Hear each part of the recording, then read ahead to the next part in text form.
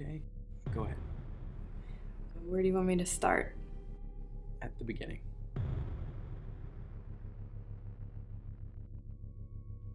I was pretty messed up at the time. I'd been through a nasty breakup. I lost my job. Drinking had become the only thing that made me feel better. Shortly after that is when I heard of Pastor Avery. This was only a few months after your daughter had passed away, right? That's right. Karen was my world, and to not have her with me, that was torture. And then I had a coworker come in, and he told me about this new church that was starting to pick up steam in the area.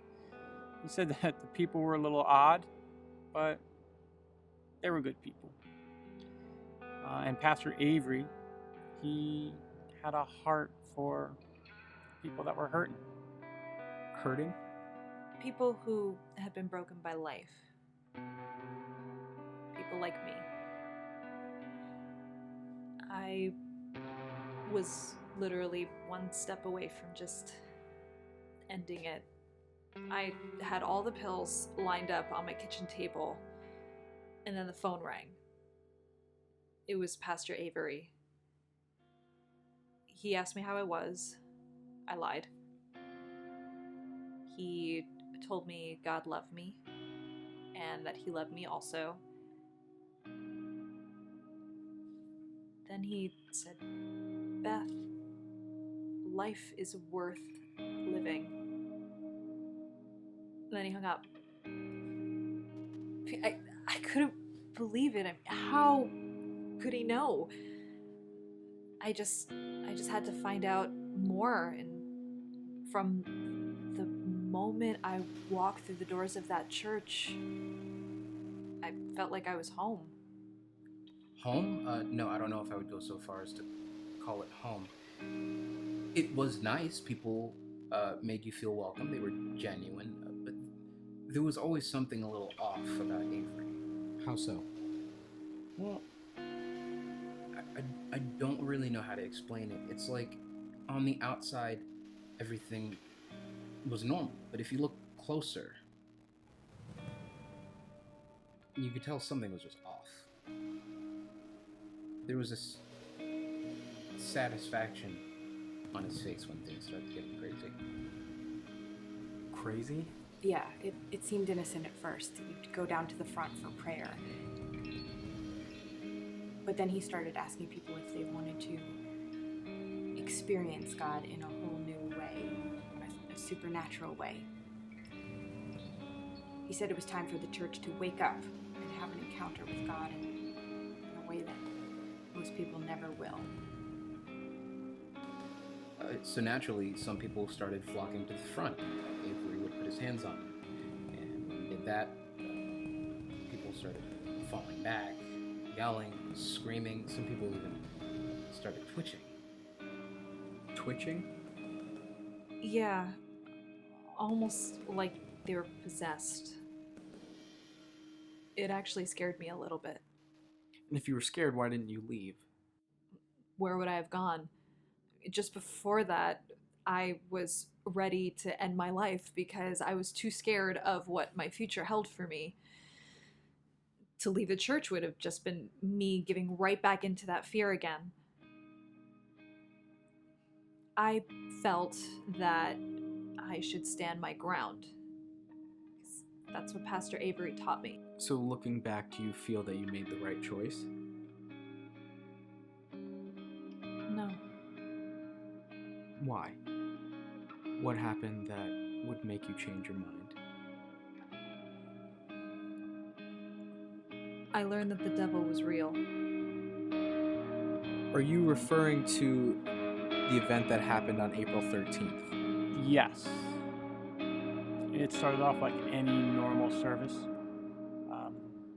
Then Pastor Avery started telling us about this vision he had. And in this vision, we were supposed to rise up and take back our countries, our families, and our lives for God. By by any means necessary. He said in order to do this, we needed to be filled with a special spirit. And after being filled, God would impart his divine plan to us. He said for everyone to make their way down front for their filling. And this didn't sound off to anyone? I mean, it was crazy. A few people stood up. They started questioning Avery. It was mostly the same people who had already started questioning him over the past few weeks. So there was tension rising in the church. Yeah. As the more supernatural aspects started becoming more popular, some people felt that focus was being taken off the more important aspects of the church. How did Pastor Avery respond to the opposition? Screamed at them. He called them heretics, asked why they would question the will of God. At that point, some of the more devoted followers stood up and started yelling at the others as well. Did it get violent? Yes.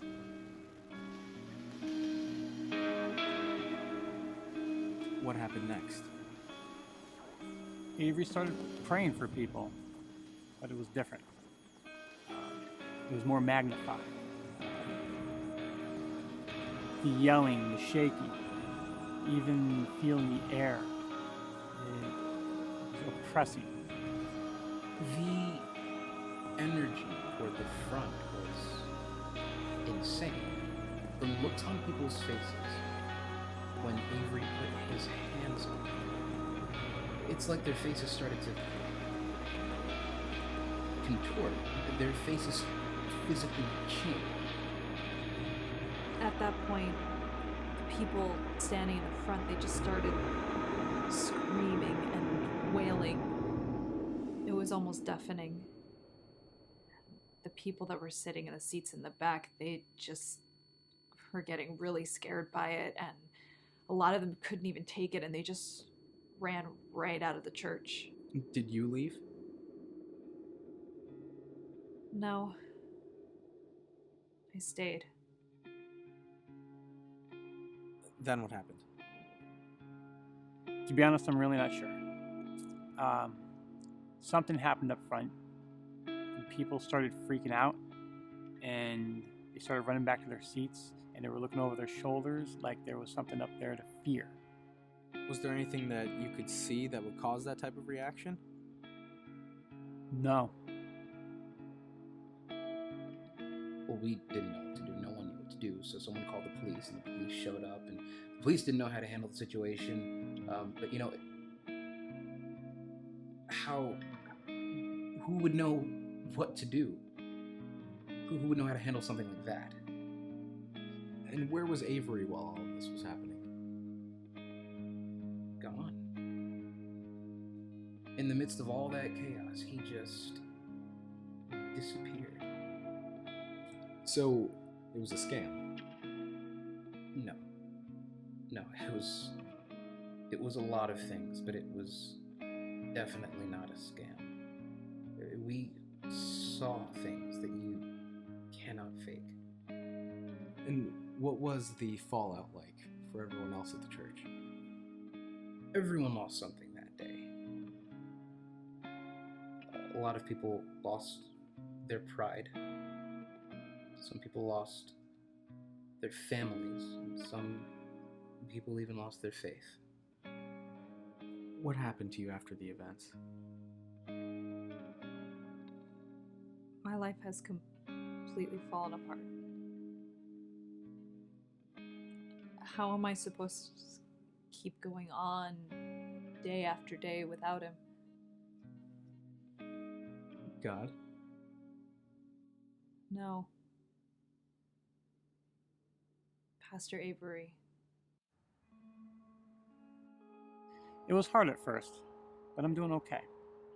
I found myself a good grief counseling group, and they helped me not only with what happened with Avery, but with my daughter Karen as well. And if I may ask, How has this affected your faith?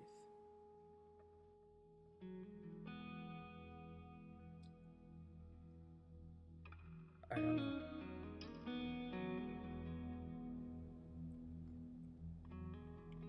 I was a little messed up because of what happened, but my faith wasn't affected. I found a new church, and I'm really happy there. A new church? How could you? Trust any place like that again? Yeah. Despite everything that happened, I experienced something very real, something genuine in my life. But so did many others. No, what a lot of other people experienced was an emotional high. They wanted a quick fix to their problems. They didn't actually want to change in their life, and because of that, they opened themselves to something dark, something evil. Okay, but you heard the same message as them. What makes what happened to you so different? Amory's message originated from the truth. But then he trailed off into a more sinister place. Everyone followed the trail. I followed the truth.